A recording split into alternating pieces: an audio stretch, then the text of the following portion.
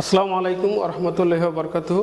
আমি আব্দুল হালিম মিয়া, তারালি এস আলিম মাদ্রাসা।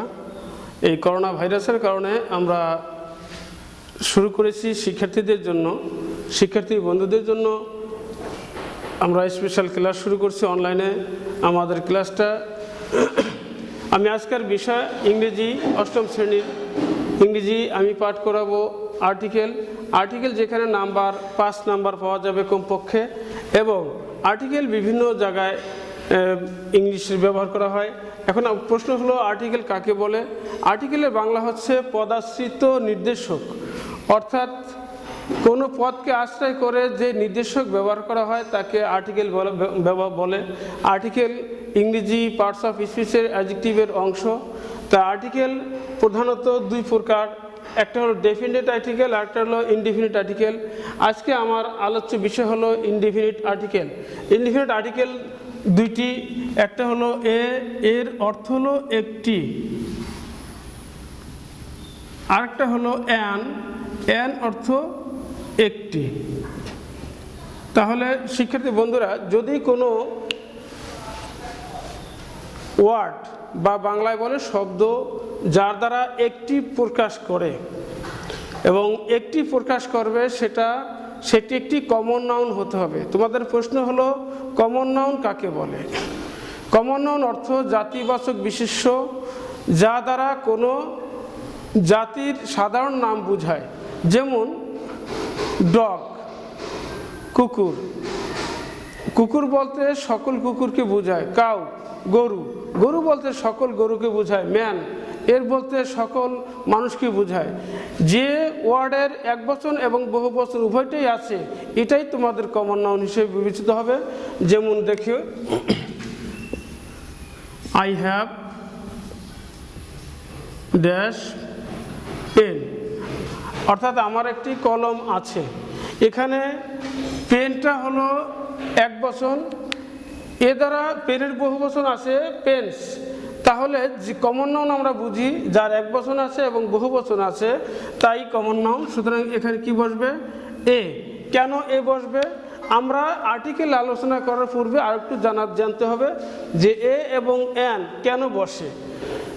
ভাওয়াল এবং কনসোনান্ট, ইংরেজির 26টা লেটারকে দুটি অংশে ভাগ করা হয়েছে। ভাওয়াল এক অংশে, আর এক অংশে কনসোনান্ট। এখানে ভাওয়াল হচ্ছে A N D, A E I O U. তাই কমন নাউনের বা যে ওয়ার্ডের পিছনে আমরা আর্টিকেল ব্যবহার করি, এ এন ব্যবহার করব। খেয়াল রাখতে হবে যে এ ই আই ও ইউ, এই উচ্চারণ যদি এমনই হয় তাহলে আমরা এর পূর্বে বসাবো এন। আর এই 5টি ছাড়া যে 19টি কনসোনেন্ট আছে তার পূর্বে কোনো লেটারের ওয়ার্ডের প্রথমে যদি আমরা পাই কনসোনেন্ট, তাহলে কনসোনেন্টের প্রথমে এই ব্যবহার করব যদি তা একটি প্রকাশ করে। যেমন হি হ্যাজ অথবা হি ইজ ড্যাশ টিচার। আমরা লিখেছি টিচার, সে একজন শিক্ষক। এখানে আমরা কি ব্যবহার করতে পারি, এ নাকি অ্যান? আমরা দেখেছি এ ই আই ও ইউ, এই ওয়ার্ডের প্রথমে হলো টি। এই টি, এটা যেহেতু এ ই আই ও ইউর মধ্যে নাই, এটি কনসোনেন্ট, সুতরাং এখানে আমরা কি ব্যবহার করব? এ। আবার দেখি হি ইজ ড্যাশ অনেস্ট ম্যান। আমরা এখানে কি ব্যবহার করব? এখানে উচ্চারণ হচ্ছে অনেস্ট। অ মানে হলো এর মতো উচ্চারণ, এর উচ্চারণ কিন্তু অ, ওর উচ্চারণ হলো ও, ইউ এর উচ্চারণ হলো রসু, আইর উচ্চারণ হলো রসুই, ইর উচ্চারণ রসুই অথবা রসুই। আবার কখনো এর মতো উচ্চারণ হতে পারে। এখানে উচ্চারণ হয়েছে অনেস্ট ম্যান।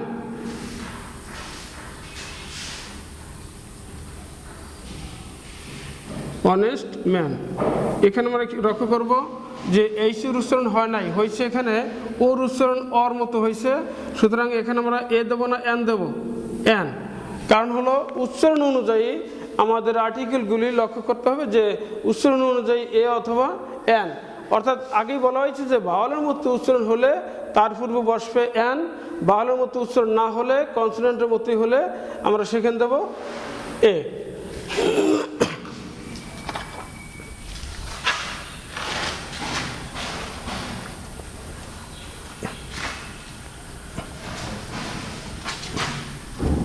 আমরা এবার লক্ষ্য করব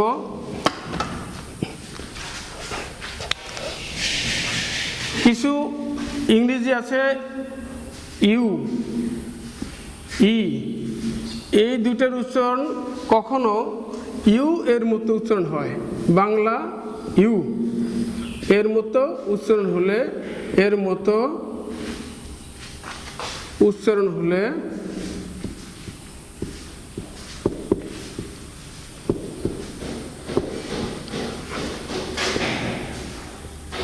তার পূর্বে এ বসে।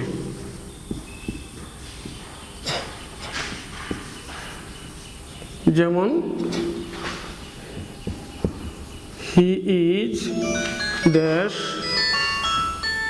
University student.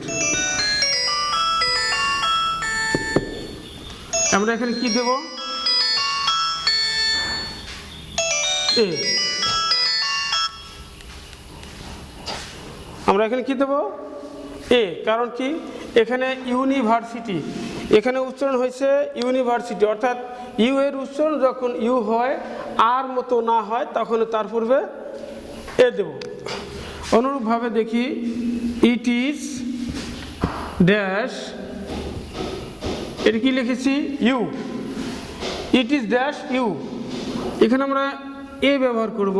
ইউ অর্থ ভেরি, ইউ অর্থ ভেরি।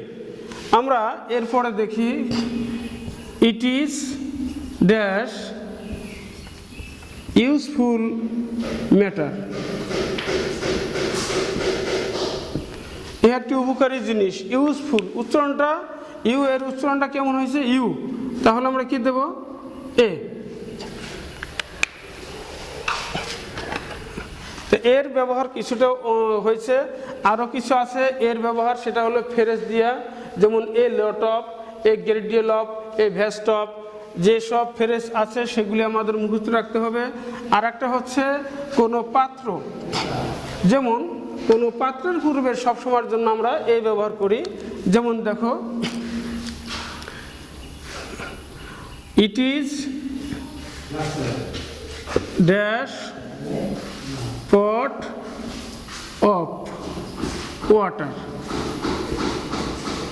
ইহা একটি পানির পাত্র। ইট ইজ এ পট, এ পট। অনুরূপভাবে ইট is dash plate of rice, ইহা এক প্লেট ভাত। আমরা খেয়াল করব এ প্লেট অফ রাইস, এই প্লেটটা এখানে পাত্র। সুতরাং পাত্রের সময় যদি আমরা এমন পাই তাহলে a pot of, a lot of, a plate of, a got of যা বলি আমরা সেখানে কি ব্যবহার করব? এ।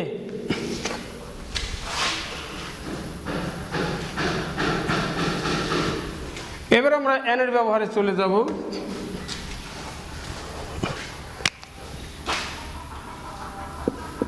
এন, এন অর্থ শিখ, এর মতোই একটি, এর বাংলাটা। এন ব্যবহার করব যদি কোনো ভাওয়াল ওয়ার্ডের শেষ প্রথমে ভাওয়াল থাকে অথবা ভাওয়ালের মতো উচ্চারণ হয়, তবে তার পূর্বে আমরা সবসময়ের জন্য এন ব্যবহার করব। যেমন দেখি আই হ্যাভ ড্যাশ আমব্রেলা, আমার একটি ছাতা আছে। আমব্রেলা অর্থ ছাতা, এটা কমন নাউন, তারপরে আমরা কি ব্যবহার করব? এন। হি ইটস, সে খায় dash orange, O R A N G E, orange, everyday, E V E R Y D A Y, everyday. আমরা এখানে অরেঞ্জের আগে উচ্চারণ কি ব্যবহার করতে পারি? এন। অর্থাৎ ভাওয়াল প্রথমে পেলে এবং তার উচ্চারণ যদি ভাওয়ালের মতোই হয় তাহলে আমরা তার পূর্বে কি ব্যবহার করব? এন।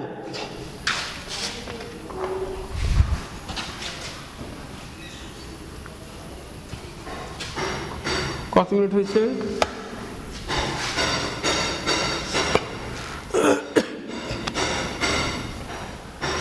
খেয়াল করব, it is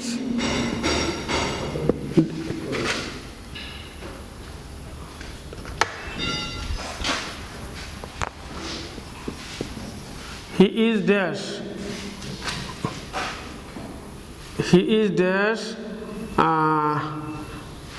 EYED, eyed man। আমরা এখানে কি ব্যবহার করতে পারি? অ্যান, কারণ সে একজন চোখওয়ালা মানুষ। He is an eyed man, সে একজন চোখওয়ালা মানুষ। আমরা এখানে আরেকটা জিনিস লক্ষ্য করব, he is dash honest, HONEST, honest. এখানে ফুল স্টপ আছে, এখানে আমরা কি অ্যান ব্যবহার করব কি না? এখানে আমরা কোনো আর্টিকেল ব্যবহার করব না, কারণ হলো এখানে অনেস্ট উচ্চারণ হয়েছে। অনেস্টটা হলো সৎ, এখানে কোনো কমন নাউন নাই এর সামনে। যদি থাকতো হি ইজ ড্যাশ অনেস্ট ম্যান, যদি থাকতো ম্যান আমরা এখানে দেখতাম অ্যান, যেহেতু নাই ম্যান অ্যান দেবো কেন? এজন্য এখানে কি হবে? কোরস। অনেক ছাত্ররা অনেক সময় বলে যে স্যার অনেস্ট পেয়েছি তাই আমি অ্যান দিয়েছি। আমরা লক্ষ্য করব, কোনো অ্যাসার্টিভ সেন্টেন্সের শেষে যদি একটি অ্যাডজেক্টিভ পাই, তাহলে ওই অ্যাডজেক্টিভের পূর্বে কোনো আর্টিকেল নাই। যেমন অনেস্ট, অথবা থাকতে পারে he is dash brave, BRAVE, brave, সে একজন সৎ, সে সৎ। এখানেও ক্রস, কারণ এখানে সৎ ব্রেভের পরে যদি থাকতো ম্যান, অথবা যদি থাকতো বয়, তাহলে আমরা এখানে আর্টিকেল ব্যবহার করতে পারতাম। তাহলে না, এজন্য আমরা আর্টিকেল ব্যবহার করতে পারতেছি না। করে কোনো ব্যক্তি বা বস্তু বা কোনো জেলার নাম, কোনো দেশের নাম বোঝা তাকে প্রপার নাউন বলে। প্রপার নাউন যখন কমন নাউন রূপে ব্যবহার করা হয়, তখন তার পূর্বে আমরা অ্যান ব্যবহার করতে পারি। যেমন ইউ আর ড্যাশ ইসমাইল,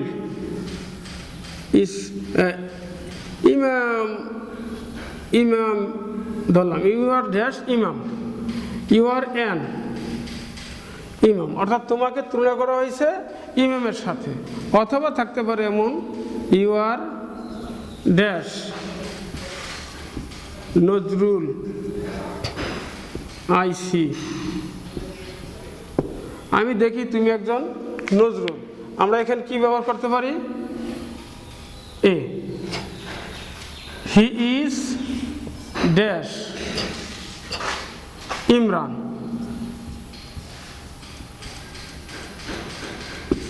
এখানে আমরা কি ব্যবহার করব? এন, কারণ ইমরান এখানে প্রপার নাউন নয়, ইমরানকে আমরা ব্যবহার করেছি কমন নাউন হিসেবে, যার ফলে তার পূর্বে আমরা কি ব্যবহার করব? এন। কনসোনান্ট এইচ থাকা সত্ত্বেও এইচের উচ্চারণটা ভাওয়ালের মতো হয় বিধায় আমরা তার পূর্বে কি ব্যবহার করি? এন। আর একটা দেখবো আমরা, এর আর একটা ব্যবহার আছে, সেটা হলো অনের পূর্বে সবসময়ের জন্য এ ব্যবহার করা হয়। অনের পূর্বে, কারণ হলো ওর উচ্চারণটা হয়েছে, ও এর উচ্চারণ ওয়া, ওয়া এর মতো, এর জন্য ওয়ানের আগে সবসময় এ হবে। যেমন আই হ্যাভ এ 1 টাকা নোট,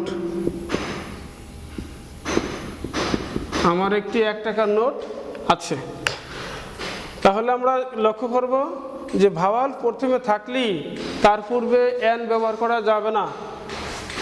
অন শুধু এই একটাই ওয়ার্ড আছে যার পূর্বে সবসময় ও থাকার সত্ত্বেও এ হয়, শুধু একটাই ওয়ার্ডই আছে। এছাড়া ই, ইউ, এগুলি অনেক ওয়ার্ড আছে যার পূর্বে আমরা কি ব্যবহার করব? ওয়া ইউ এর মতো উচ্চারণ হলে আমরা এ ব্যবহার করি, আর ওয়ান শুধু একটাই ওয়ার্ড আছে। কত মিনিট হয়েছে? সময় হয় নাই না? কয় মিনিট হইতে পারে? তাহলে আরও 5 মিনিট করি। আচ্ছা, এবার আমরা লক্ষ্য করি সংক্ষিপ্তভাবে, সংক্ষিপ্ত ইংরেজি ওয়ার্ড, ইংরেজি লেটার এর উচ্চারণ অনুযায়ী, উচ্চারণ অনুযায়ী এ অথবা এন বসে।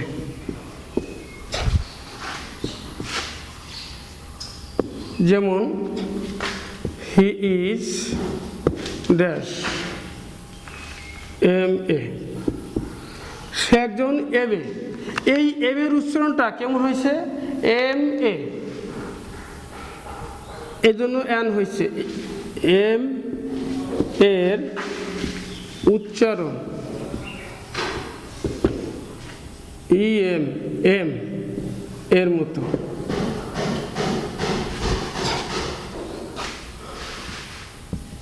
হি is dash F R C S, এখানেও এম এর উচ্চারণ, এই এফ এর উচ্চারণ ই এফ, ই এফ এর মতো হয়েছে, যার ফলে কি দেব? এন। আবার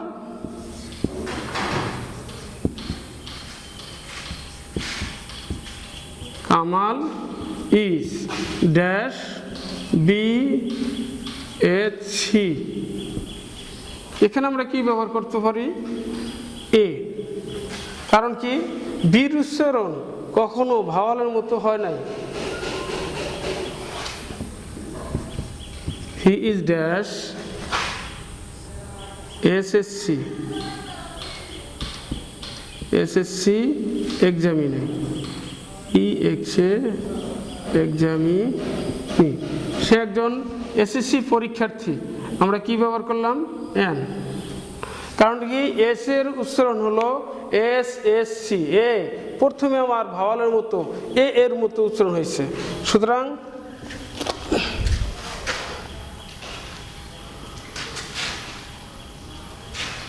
আশা করি তোমরা এ এবং এন এর সংক্ষিপ্ত ভাবে যেভাবে ব্যবহার করা হয় আমি আশাবাদী তোমরা পারবে।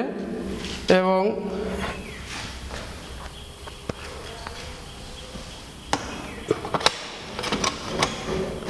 লক্ষ্য করো,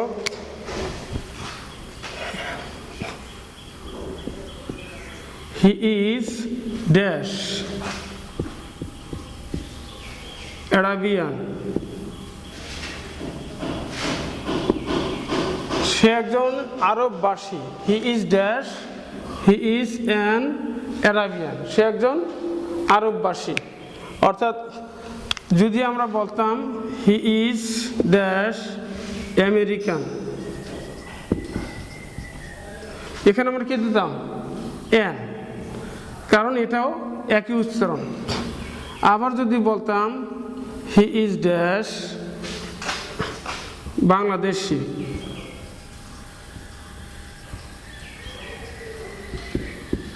আমরা এখানে ব্যবহার করব এ। অথবা হি ইজ ড্যাশ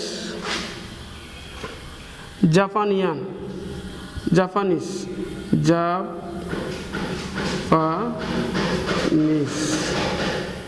সে একজন জাপানি, এখানে এ ব্যবহার করব। কারণ উচ্চারণ অনুযায়ী মানে কোনো দেশ থেকে আগত যে ব্যক্তিকে বোঝায়, হি ইজ ড্যাশ অ্যারাবিয়ান, সে একজন আরববাসী, এখানে এন, এ ভাওয়াল অনুযায়ী বা কনসোনেন্ট অনুযায়ী আমরা এ এন ব্যবহার করব।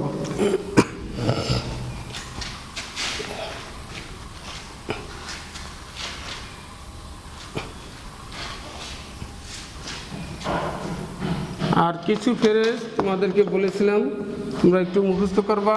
ফ্রেজগুলি হচ্ছে যেমন I have a lot of money. এখানে এ লট এটা phrase. He has dash vast of wealth. তার প্রচুর সম্পদ আছে। এ ভ্যাস্ট অফ অর্থ প্রচুর। He has dash,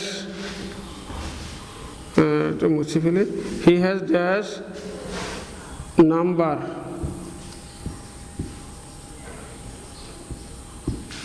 of wealth.